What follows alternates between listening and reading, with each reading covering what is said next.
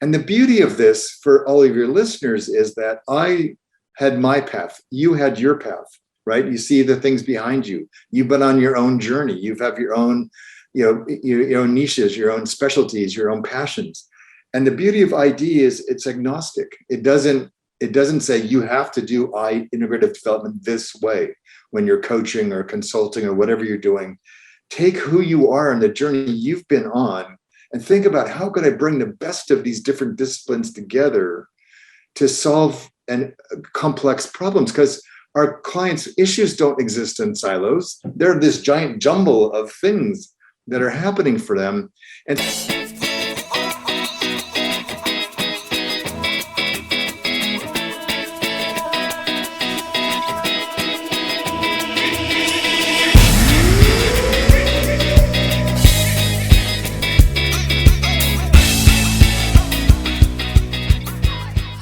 thank you so much for tuning into Journey with Christian D. Evans podcast. I'm your host, Christian D. Evans. And guys, we have someone so special on because, guys, we are bombarded with information, right? Information bombard. I mean, how many times have you bought a course, all shenanigans, right? A book, and you didn't consume it, you didn't listen to it, you didn't read it, and the biggest thing, you didn't implement it. And that's what we're going to be talking about, because see, this guy is a PhD and incredible things, because the reason why we want to have him on is because this huge epidemic in today's society about application, actually applying the things that we produce. And we all have heard take action. And so our guest today, he has spent most of his life studying the art and science of change and guiding people through transitions and transformation. Now, he spent 10 years integrating coaching into large change projects, primarily in transforming how public sector agencies served people. He founded Narrative Coaching in 2002 based on his doctoral work. He has taught it over to 20,000 practitioners around the world. He founded Integrated Development in 2012 as a revolutionary framework for learning and development. He started the Moment Institute in 2018, and he is currently teaching the first global cohort of integrative development practitioners to proactively address the issues and opportunities of our challenging times. My friend, Dr. David Drake. How are you doing today, my I'm man? doing well, Christian. Yeah. Well, hey, I'm really looking forward to this because you have just incredible amount of knowledge. You've been in this industry for quite a while. You see the ups and downs of it, but also you see the challenges that are facing, obviously, in today's world. And right before we jumped on, you were basically talking about, obviously, something that I think is so dear to my heart. We need a different paradigm shift in today's coaching world. Let's kind of dive into that and kind of share your thoughts on that. What's happening and how do you think what needs to change? Well, I think for starters, our clients are bringing much more complex issues to our sessions. So the days in which we could just sit there and use our coaching model or whatever with them, it's just really not sufficient anymore for the depth of the kind of work that people are doing.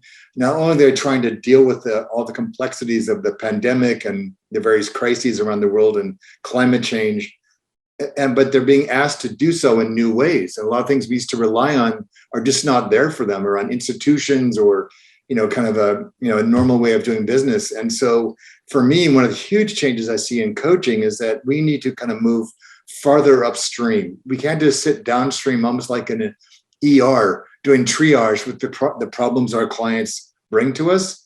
I'd like to see coaches more involved in reinventing businesses, reimagining governments, dealing with conflicts in communities, so we can, like I said, move upstream where the problems start occurring, so that we don't just receive them on the back end.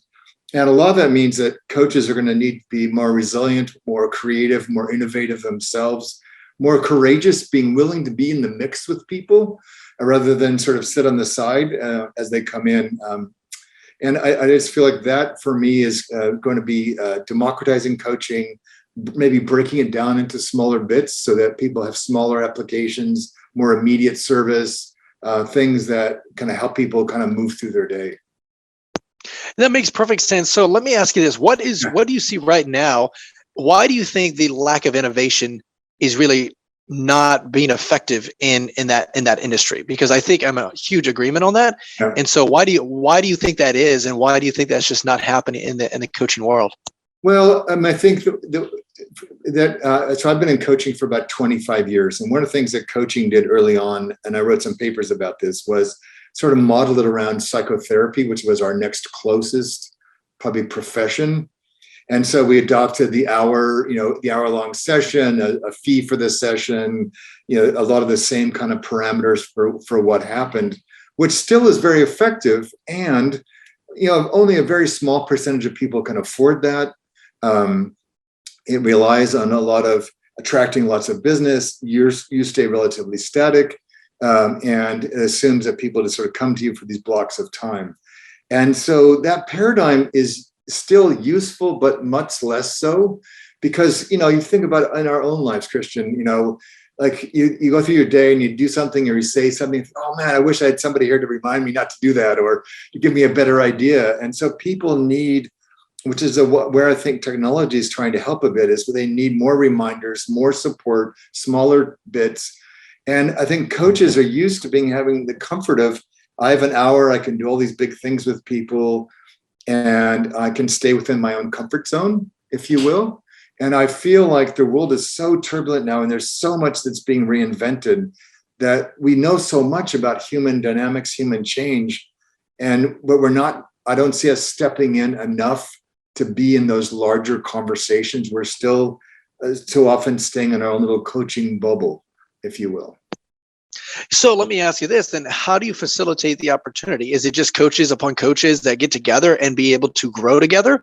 Or how do you facilitate an atmosphere of massive growth, of consistently innovation and progress?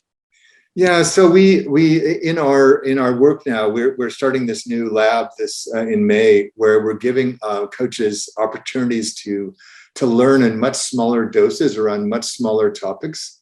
And so they can really drill down and get really much more masterful on smaller things, which they can immediately apply. But we're also then looking at where are applications of what you now know as a narrative coach or an integrative development practitioner, that you could start to rethink how you would support your clients.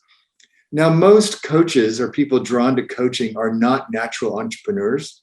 Business sort of comes second to them almost because they have to.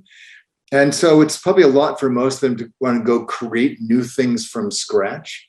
So what we're finding is that the way for them to get traction, both in their own growth, but also deploying what they're learning differently, is with clients they already have, changing how they're working with them, changing how they bundle their time. Like my clients buy blocks of hours, and then they can use those hours however they want. It could be 4 15-minute segments. It could be 1 4-hour segment, depending on where they are in their journey. Or if you're working inside a company or with companies, staying away from traditional training or being locked in a coaching room for a day, getting out on the floor, being involved in meetings, shadowing people. It's taking what you already have and saying, how could I think about this differently? How could I invite my clients into a different kind of conversation? Because they too are stuck. Oh, I've got a problem, I'll call a coach, they'll coach me, I'll get better. Well, it doesn't really work that way anymore, because there's so many forces on us. And so we and our clients have to partner to find new ways of being together. I like this because, see, it's a different way of thinking about it, and it's a paradigm shift. So my question is, at what point did you come to this conclusion that, okay, hey, there's got to be something different, right? I cannot run the same play like everybody else is, and there's got to be innovation. So at what point did you realize, okay, I got to do something different and think things differently? Yeah, so that's a great question. Well, it was about 15 years ago. I had just started narrative coaching. I'd finished my PhD, and I had been a grief counselor. I had been a trainer. I'd been a coach, an OD consultant, MBA faculty, all around leadership and coaching. So I had a really strong, intact body of work, but I got really frustrated with all these little individual silos. I just felt like I was being constrained.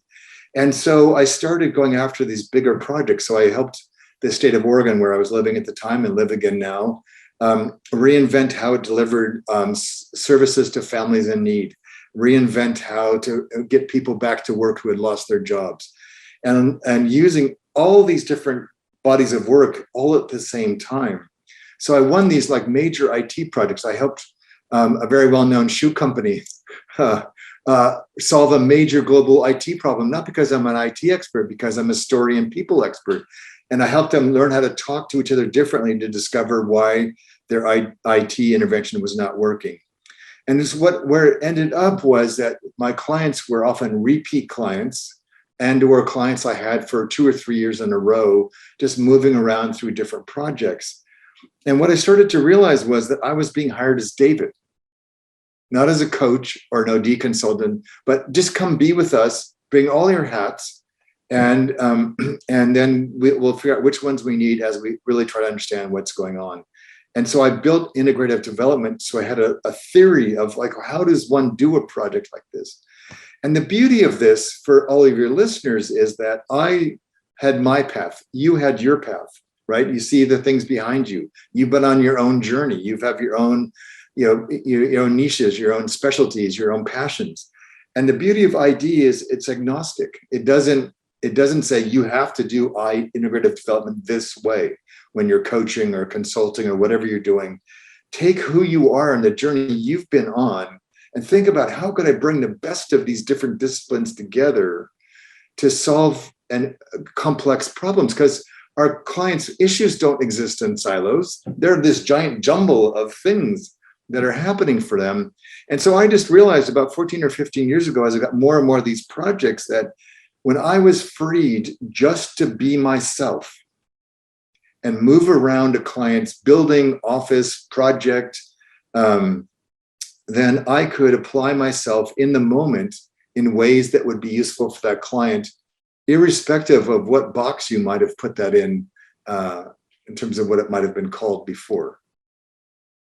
So what you're saying is instead of sitting there being too niche specific, because we've all heard about niching down, right? Yeah. Being just a fitness coach, just being a success coach, being a C-level exec coach. Now you're overall not even a coach. You're David Drake that has many hats, that have incredible amount of experience. And then also when you go into it, they're not just saying, hey, I want you to be in that niche of focusing on the marketing. What's our marketing problem? You say, hey, overall, what does this look like? So let me ask you, when you go in there coaching with that kind of mindset, what is your first look? What are certain things that you do, first tasks that you do to make sure that you deploy the most effective strategy for them? And I know it's dependent, but I just love to get your response. Yeah. So, but I want to add a bit to what you were saying before. So sometimes you're coming in with your unique expertise around a range of issues, but take your example of niches.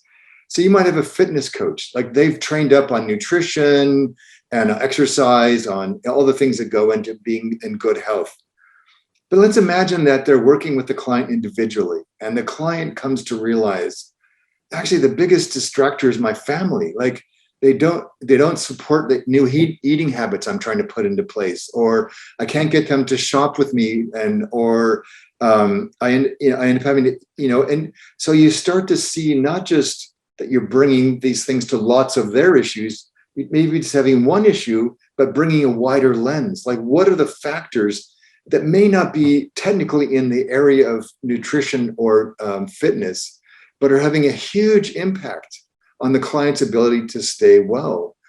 And so I'm really a big fan of what's called the paradoxical theory of change, which says basically that the fastest way to change is to stop trying to change. And because then we get caught up on outcomes and we're out over there. We don't set goals in my work. I don't find it useful for as many people as we think. And what I'm most interested in, to your question, is I want to know how they're telling their story now. Like, what is true for them now, with no judgment, no attempt to change anything about that. But can they be honest about their situation? What do they see? What do they not see? What do they prioritize? What don't they prioritize? And I find if I can help a client just stop judging themselves or trying to dismiss themselves or be whatever it is, ashamed of themselves, and just to be witnessed for who and how they are, then they can see so much more of what's going on, rather than, I only see this and this is the only truth I know. Well, then you can't make any change there, because you're just going to see the same thing you always saw. So I want them to relax, breathe, be in themselves. Like, what are you noticing? Oh, I'm carrying all these burdens for my team. Like, they're not performing and I'm taking it all on myself. So what's that like for you? Is that a familiar pattern for you? Crap, I've done that my whole life. how would you like that to be different? How do I put this stuff down? Well, let's work on that. So we're helping them to identify themselves, what's true, what they want to have be different about what's true for them. And then we start creating experiences and experiments with them to begin to imagine and embody a different way of being in the world. And so what we do when we start like an organizational project is we give them a few basic coaching mindset and ethnographic skills of observation, and we send them out to watch themselves and each other. Like, what do you notice about yourself? What are the habits? What are the patterns? What are the things in your system that keep driving the same behavior over and over again that you don't like? Oh, we do that. And you would be amazed at how shocked people are when they actually pay attention to themselves and actually are honestly looking at how they're living their life, being in their relationship, running their team or their company. And then it gives us so much more rich material when they can actually see what's. Wow. So when you're working with a client, it's much more than just these external things of, hey, let's figure out, let's dial in a funnel, let's dial in the ads, let's dial in the processes, the systems, it's more of, hey, let's look internal, ask those really tough questions. And then all of a sudden you come in with a different clarity. Now, let me ask you this, because that is something that's very unorthodox, the way you just said it. So, and definitely unorthodox against the industry, right? There's always KPIs, there's always be measurements, there's always be measuring, focusing, developing, producing, right? Always, beating yourself out. So how has this strategy helped you and your business grow to that next level by being more present and being more, taking ownership of your story? Yeah. So, like every entrepreneur, I've been in business for over 30 years. I've had up and down years, because for different reasons, personal reasons, market reasons. But when I've been at the top, the top of my game, which I've had twice in a big way, I'm in another phase of that right now. It comes back to a mantra I created for myself on my way up to the first long period of peak, which was, I realized that I wasn't like most people. I have a strong spiritual background, but I also was a member of Mensa. And I have this really weird brain and some really unique gifts. And I used to try to be like others in my industry, and I just really struggled. And I got by and it was okay. But I said, if that's my life, like if I died at that point and my tombstone said, "Here lies Dave, a competent OD consultant, a really nice guy," then I might as well, like, what was the point of my life? Like, and so I thought I want something else. So I came up with this mantra that I said, I just want to get, so, what I'm doing works really well for me. It may not work for all of your listeners. For me, I think it's like getting clear. Who are you? Like, what makes you unique in the world? And who are mentors, models you can draw on that are like you can learn from them. I think that the biggest mistake I made trying to get out of that sort of more moderate space was trying to be like others I saw being successful. And I said, at the end, why am I'm smart, I'm driven. Why am I not succeeding at the level they are? And I realized, I'm not like them. I'm never going to be like them. I don't want to be like them. They're brilliant at who they are, but that's not me. And so whenever I lose track of myself, my business goes down. Whenever I just celebrate myself and get better at being David as a human being, as a partner, as a support for my clients, my business thrives.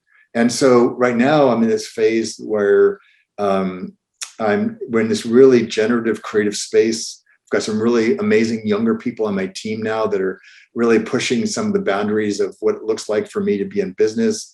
And we're moving to a place where by next year, I'll be largely out of the business, doing what I do best and what I love, to fuel the business, but not to be in it.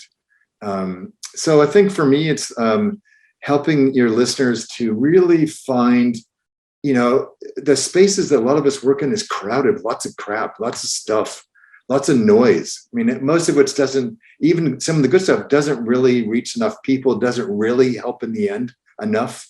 And so for me, it's not about becoming outrageous or being, just so bizarre. It's like, who's your authentic self? Like, what is your real gift to the world? And what is the way that would be best for you to bring that to us? And for me, this is the way I've found has worked really well for me. And what I love about it and why I think I've done so well is that people find that this way of working is more natural for them. They're not taking on somebody else's model or somebody else's way of being. I tell them over and over again, you don't want to be like me. You're not going to ever be me. Don't be me. Be yourself. Let me inspire you. Let me provoke you, but go be yourself. I love that answer because see, one of the things is what I always found very interesting is when people ask successful people, what do you do in the morning? Like, what's your morning routine? And the reality is it's not a matter of what they're doing. It's a matter that they are doing it, whatever works for them consistently over a period of time. Right. So it's like, hey, I was listening to, obviously Tony Robbins versus, Peter Diamandis. Peter Diamandis, he just sits there, watches and spends time with his, kid on coffee. Tony Robbins, he's going in a 60-degree pool and all this stuff and jumping up and down, all that. But the reality is they're both successful in their own right. It's just a matter of what works for them on a consistent basis. And I think that's like I said, unorthodox in today's world because it is always constantly pushing, moving, grooving, right? We always got to be hustling, right? And the reality, what I found very interesting is pulling that back a little bit. There's a balance, right? It's not sitting by doing nothing. You're still moving, you're still producing, you're still creating, but you're doing things that are aligned with you.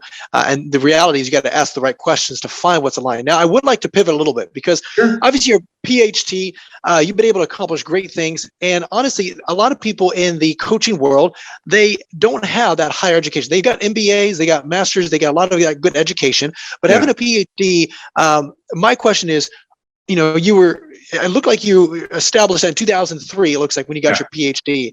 And so that was many, many years ago. So what made you, but during that time, you were still in and coaching and doing your stuff. So what made you decide to get that PhD?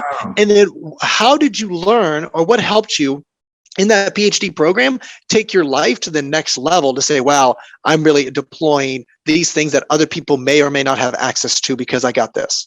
Yeah, that was a great question. So I'm very grateful. I got my PhD from a place called Fielding in Santa Barbara and in California. Changed my whole life. I think a couple of things. So one is that I'd always had been a big reader, student, so I was always bringing a lot of thoughtfulness and research to I think I did my first coach training program in 1997 or 8, maybe 98. But I found that it was all just like stuff that I was trying to organize, and it was very cognitive, and it's a lot of the building blocks I still use. But what the PhD did for me was it forces you to develop the rigor to distill out what is the essence of what you're studying, not just the content or the theories. Because you have to write papers, you have to debate, you have to justify, you have to do research. And I found, and then I got to the end and I'd done this really extraordinary, one of the early dissertations on coaching, that I had all this amazing stuff. I said, what am I going to do with this? And that's when I came up with this mantra of, I just want to get paid well to be myself. And I thought, what do I have? Well, narrative therapy is already taken and I'm not a therapist.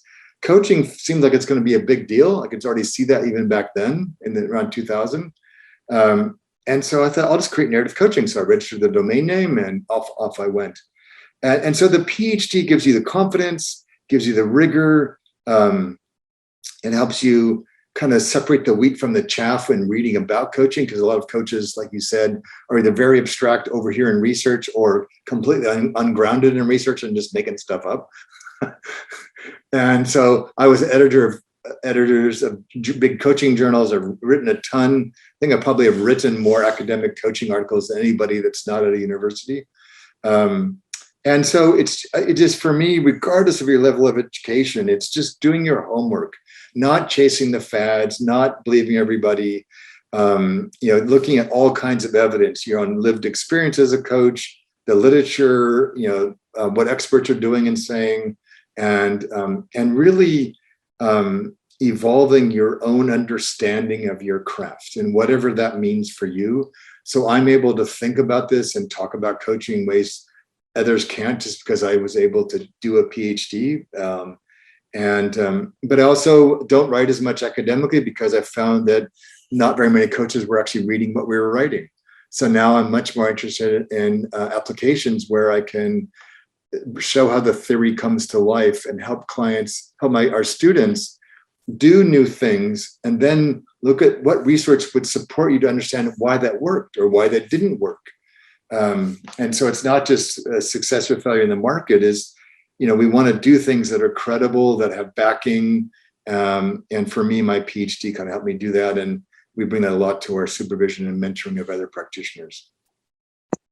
See, and one of the things that I've noticed with all your content that you produce and you create and kind of your, just your brand, if you will, is you really focus on clients in a deeply human and transformative way, right? That's what you really desire. Yeah. And definitely in today's, world after COVID, there was a lot of, that there was misconnection, right? Mm-hmm. And however, though, what have you noticed in the coaching world to get the most optimal kind of human connection and really get the most transformative for your clients, right? And I'm not just talking about coaches, I'm talking about really facilitating that right atmosphere, whether that's, individual one-on-one, or whether that's more group coaching, or whether that's kind of mastermind groups. What does that look like to create the most optimal result for those clients?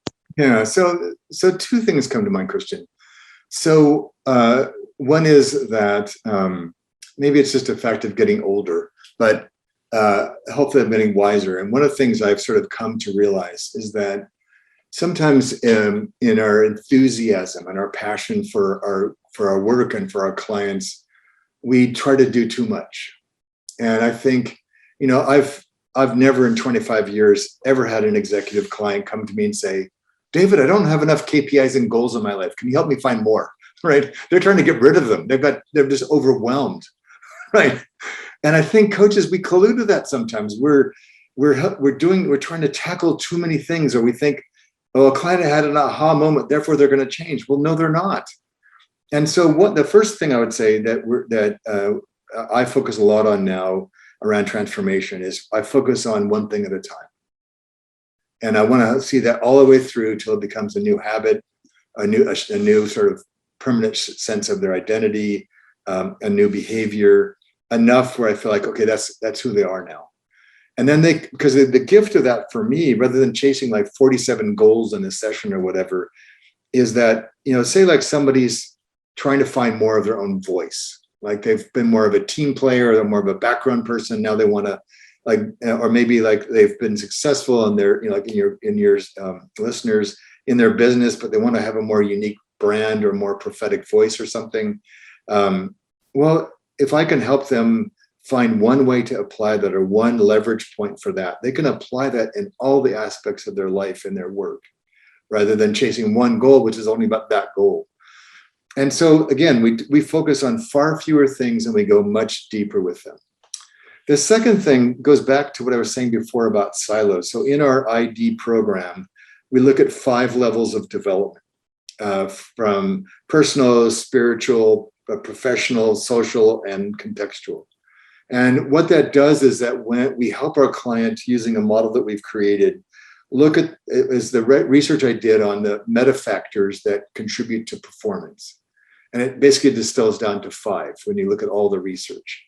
So we create a little acronym around that, and that's what we teach, so that when we're focusing on that one thing, we're focusing on it at 5 levels, because we're looking, I don't know if you've ever studied nutrition, but one of the things in nutrition, that proteins are made of what's called amino acids.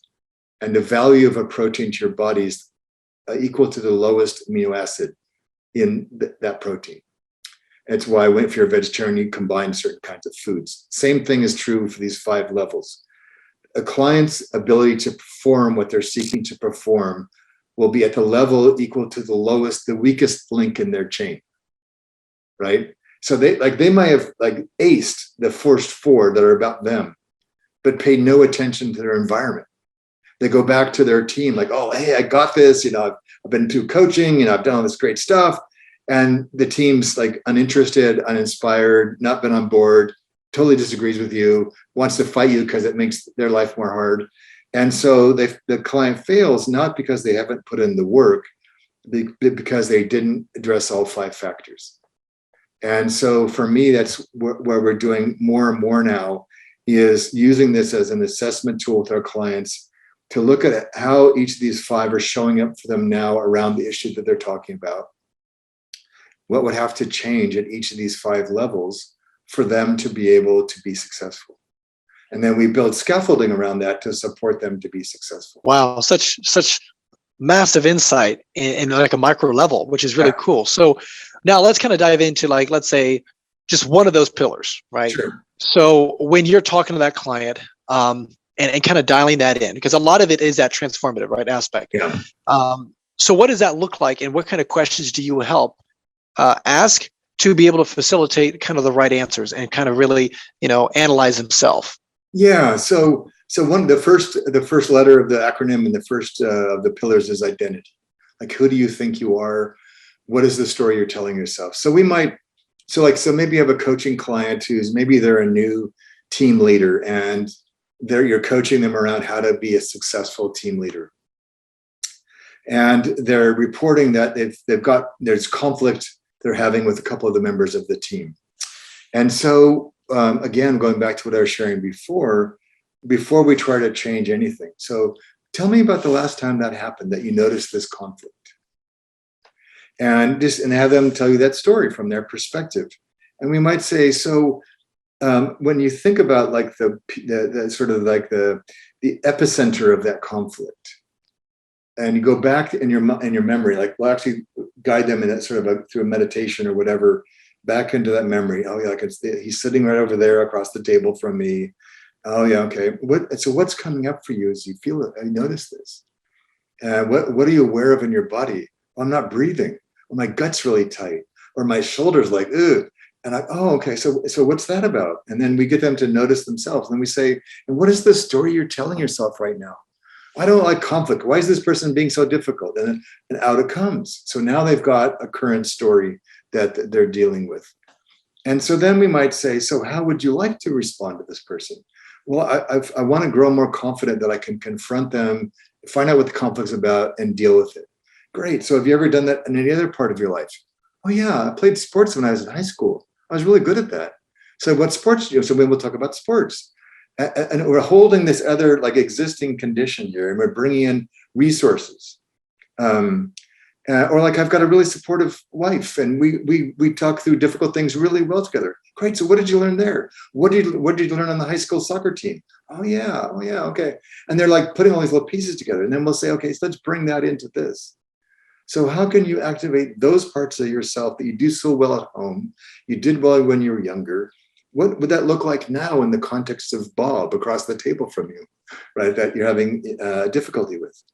Oh yeah. So then they're like naming off some things they've done. And so like, pick one. Like, what is one you do differently with Bob to help this turn out better for you? Oh, I'd actually just be more clear about what I need. Great. So like, for example, imagine I'm Bob. So tell me what you need. And then we'll coach them through actually literally experiencing themselves saying to Bob. And I said, what's Bob likely to say to that? Well, Bob's going to blow me off. Great. So I'll blow them off. Great. Now what are you going to do? Because you're getting pissed again. Oh yeah, I need to kind of manage myself, because if I don't manage myself, I'm going to overreact. Great. So what helps you manage yourself? So we have a model that's built actually around from child psychology. And in the literature, it was called a zone of proximal development. In our world, we think of it as developmental threshold zones. They're points of choice. A threshold is a point of choice. And it's developmental because you're being asked to become somebody more than you are right now, to step into this moment in a new way. So if I was coaching this person and they're kind of putting all these pieces together, and they're finally getting to that threshold of, I got to tell Bob just to X, right? And they now they step across that threshold and they experience themselves saying X. And like the whole body, you can watch their body change. Like they're, oh, wow, this is me being clear about what I need. Oh, I like this. And then we'll create some somatic anchors for them. We'll help them identify other areas of that life where that skill would be really useful to them. But again, it goes back to one thing at a time, going deeper, making it in the moment, and then finding what is the crux of their issue and what is the threshold for them that they would need to cross to access that other part of themselves so they can successfully deliver on what they decided was important to them. And guys, that is just one pillar, right? And that's what I love about it. That's awesome. That's awesome. I mean, just the depth that you went into that, I really appreciate that. Now, one of the things that I always find very interesting, because after doing a lot of consulting for a lot of business owners, a lot of business owners, they come in and say, okay, hey, fix my team, fix my business, right? Yeah. And the thing, what I always find very interesting is what you just said is exactly what I kind of, now not that depth, but what you really need to do for the business owner, because a lot of times it's the business owner that is the bottleneck to some degree. Now, I know you are in your own business, okay? And I kind of like to pivot towards your own business here. Sure. You are working on a lot of big leverage things, right? So you are the big leverage, and you basically deploy and leverage other individuals to do a lot of the micro tasks, so you can do the big leveraged kind of tasks. So what did that trajectory look like, and how are you able to pull back? Because you are actually in the process of doing that right now. And what are certain things that you have to tell yourself to say, hey, my identity is not in this micro task anymore. My identity is in the bigger macro task.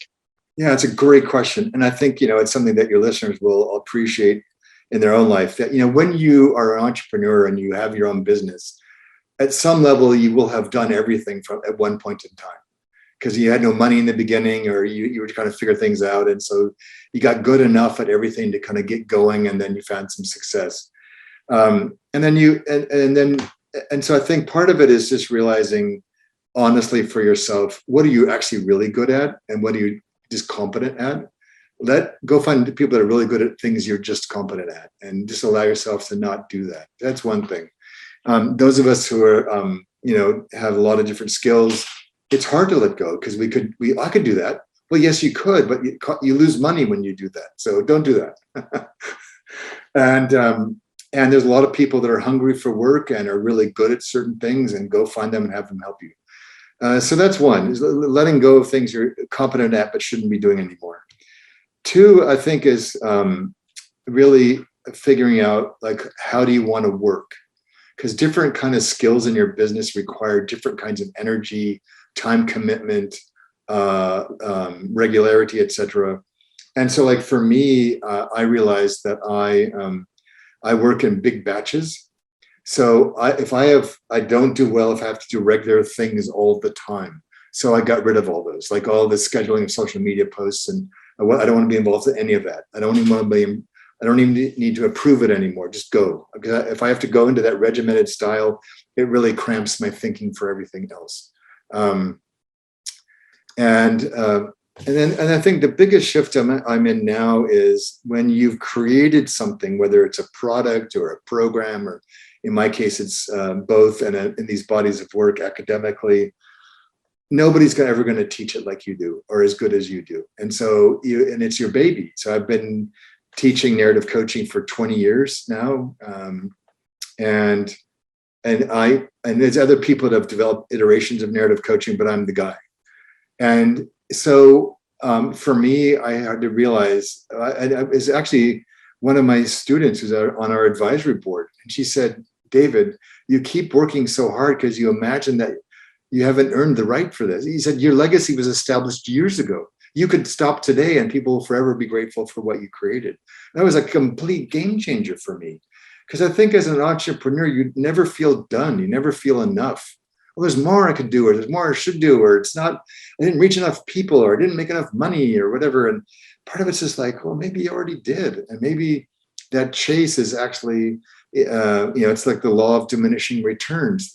Greater effort starts creating lesser results. So for me, what I'm at now is I want to create a lifestyle that works for me, a work style that works for me. We have a 4-day offsite in October with all of our faculty, and I'm basically going to hand over more of the keys to the kingdom to them, so that next year I'm not teaching hardly anything, so that I can just be the guy when the guy is the only one who can do something.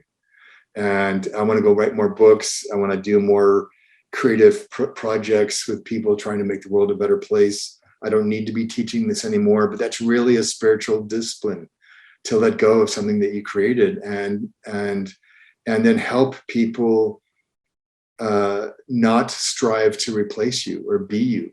to be themselves teaching this work. And I tell my faculty all the time, narrative coaching, for example, will change once I stop teaching it. And that's going to be a great thing because you'll make it better, because you'll bring your own voice, your own experience.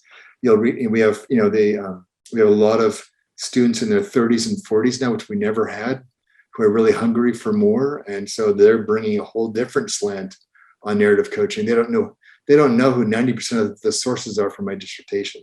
That wasn't their generation. And so great. I don't want to be teaching this when I'm 80. I want to be doing other things. And yeah. I love it because see, one of the things is one of my mentors, he told me there's very few things that you really need to do in life, right? Other than pay taxes and die. And the thing is you delegate certain responsibilities. Like I look at like only I can be my girlfriend's boyfriend, right? That's it, right? Nobody else can, right? Nobody else can kiss her. Nobody else can love on her, right? Only I can. But everything else, anybody else can take out the trash. Anybody else can really run my company, right? I just need to be the forefront of it, right? And if you think about it, now my question to you, David, right? I think sometimes people want to be there a lot faster than it actually happens, right? And so we need to have the right expectation. And I'd love to just, for you to be transparent a little bit, what does that succession plan look like? Because you haven't pull back to 100%, but you're probably maybe 30, 50, 60%. And then obviously the 40%, you're still involved. And then over maybe X amount of time period, you'll be 100% off. But I'd love to kind of get that right expectation for our listeners. Great question. I made some mistakes in the beginning. Like I hired somebody that I knew really well to groom her to be the CEO 2 years ago. And it didn't work out. And in large part because she was an amazing person, did an amazing job, wasn't right for this time and this market in this digital age. And I realized that in hindsight, that was my choice I made, and I wouldn't do it that way again. And I wasn't ready for her, even if she had been successful in the end. And so for me, I had to kind of step back and then kind of just keep the company running on my own with our different partners and team members. And I had to kind of step back and say, okay, I got to get my own stuff together before I start thinking about that. And so the first order of business was recruiting more faculty, redesigning the program delivery schedule, so that by default, I was teaching half less than I was before. And then I think and then saying, now we're going to hire one more person to kind of take over all of operations. And then I'll be maybe down to 10% in the business. I'll still be around the business. I'll still be active in the business. I just won't be running it anymore. And for me, I think the biggest thing that I learned in all this was when you are the center of your business, there's so many things that you do or think about or manage that you take for granted and have forgotten that you're doing that. And so that there's a lot of like intangibles and 20 years of knowledge, history, memory, relationships that someone coming in new doesn't have.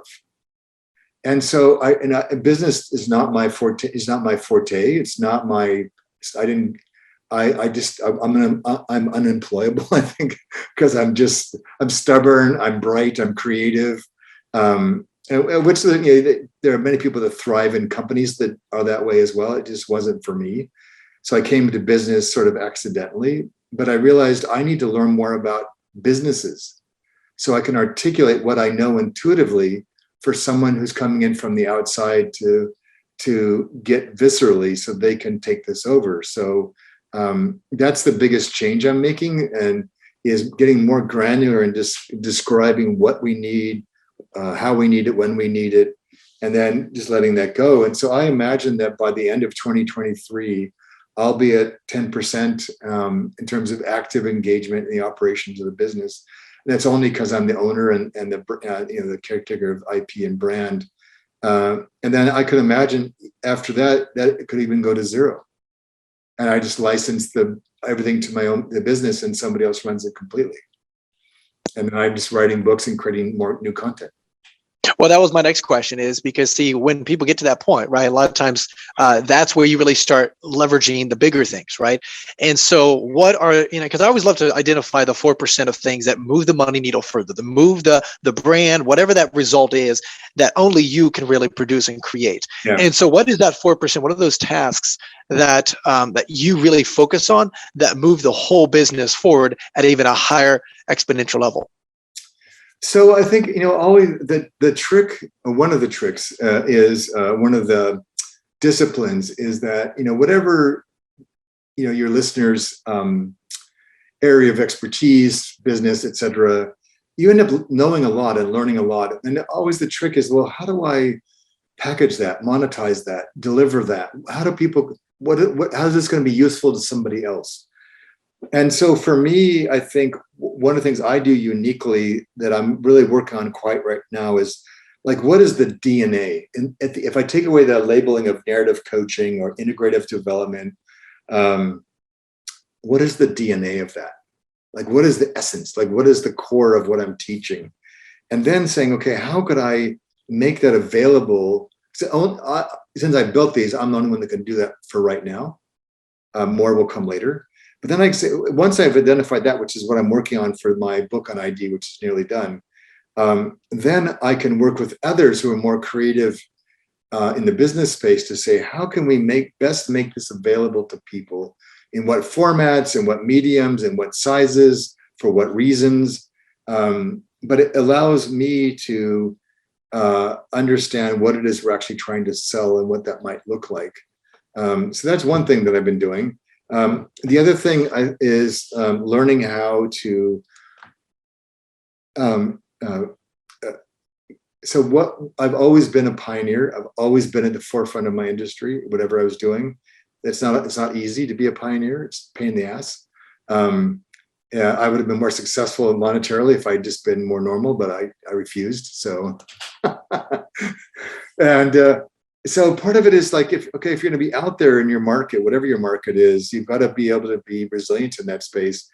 But you've also got to, and I had some mentors early in my career that really helped me with this. I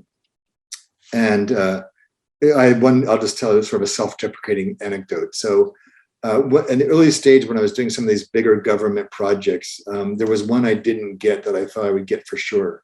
I was just gutted. And I knew the guy, and I went to talk to him, and I said, I won't use his name, but he said, like, dude, like, what happened here? I thought for sure. And I said, David, I would have hired you in a nanosecond. But there's another group of people that were involved in that process that don't know you. And when you did your interview, you basically brought the whole kitchen with you and told us all these things that you can do. Right? Which I know is your genius. You can do so many things for us. They just thought it was too much. They just wanted one thing. He said, so my advice to you is pick your one thing. Come to the front door with one thing. Then people are going to love that one thing, and they're going to love you. Once you're inside, then you can say, oh, and I have all these things too. He said, if you try to back up the whole truck to the front door and offload it, it's too much. And so, for me, that's what I'm, it's like the old city slickers, the thing from the one thing, right? You got to figure out the one thing. But it's for me, what I'm trying to do right now as part of this process is like, what is the one thing I'm bringing? How do we keep that simple? How do we make it approachable? And where I was going with this was really because we're on the cutting edge of so much right now. Some AI projects, a number of other things, trying to apply our work. How do I help others come join us on this journey that haven't traveled as far as I have or we have?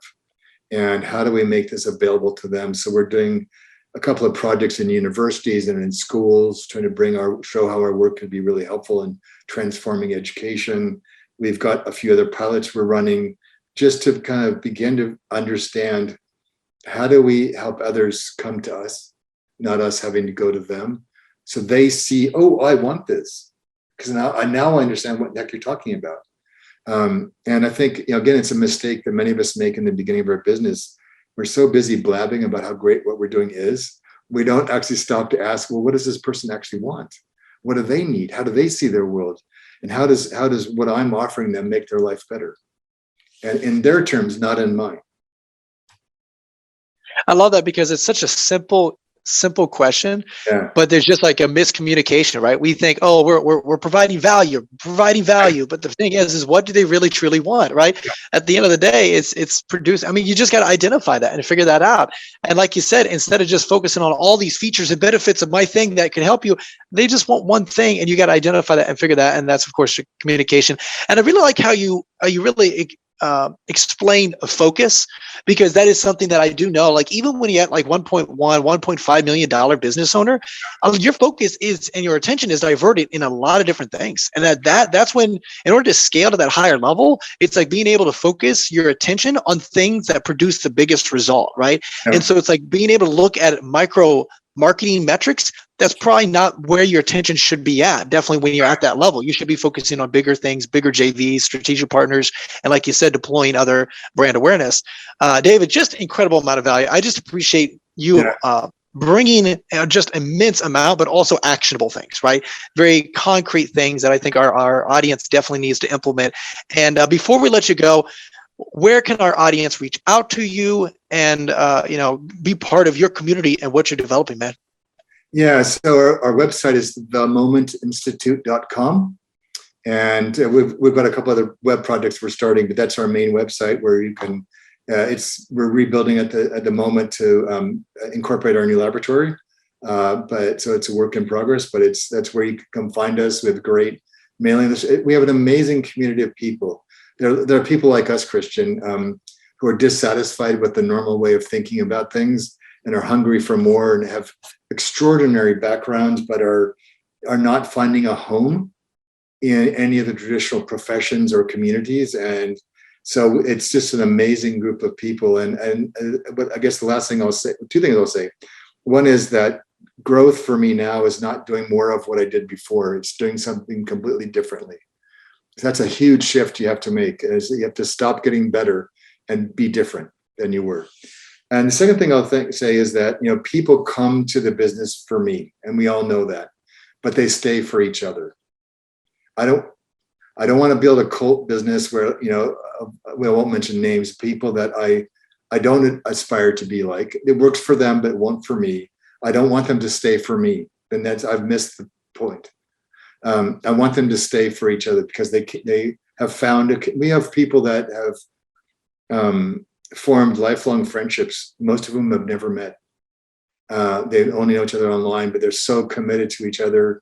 We had one of the elder of our community died suddenly late last year. In a shockwave, we had an online funeral for him, supporting his family. I was one of only two people out of all the people that came that had ever actually met him. And yet they felt like they lost this dear soul to them. And that's what I think people are really hungry for, is authentic community and authentic connections with others, particularly in this pandemic and this time when it's easy to be divided. And so that's our scaling factor, is not more of me, it's more of our community. Unbelievable. And David, I just again appreciate you being on. And guys, those links will be in the description below. Make sure you stop right now, literally click on that, be part of his community and what's going on, and obviously being able to be part of the action-oriented coaches out there. David, again, I appreciate you being on there. And that is Journey with Christian D. Evans with Dr. David Drake. And remember, be uncommon if you can. Hey, stop. This is Christian D. Evans, host of Journey with Christian D. Evans podcast. And I just want to say personally, thank you for listening to our podcast. And, if you love what you're hearing right now, please, like this, share this, and show some love to our guest, and write a review, and, share this with your friend, your family, someone that truly needs it, because at the end of the day, you can make an impact in that person's life by sharing their story with that individual. And again, if you're a new guest, welcome to our community. We're so excited. We're so just honored. And secondly, if you're a returning guest, hey, we appreciate the love. Thank you. Share this with your friend and family. And guys, remember, be uncommon if you can.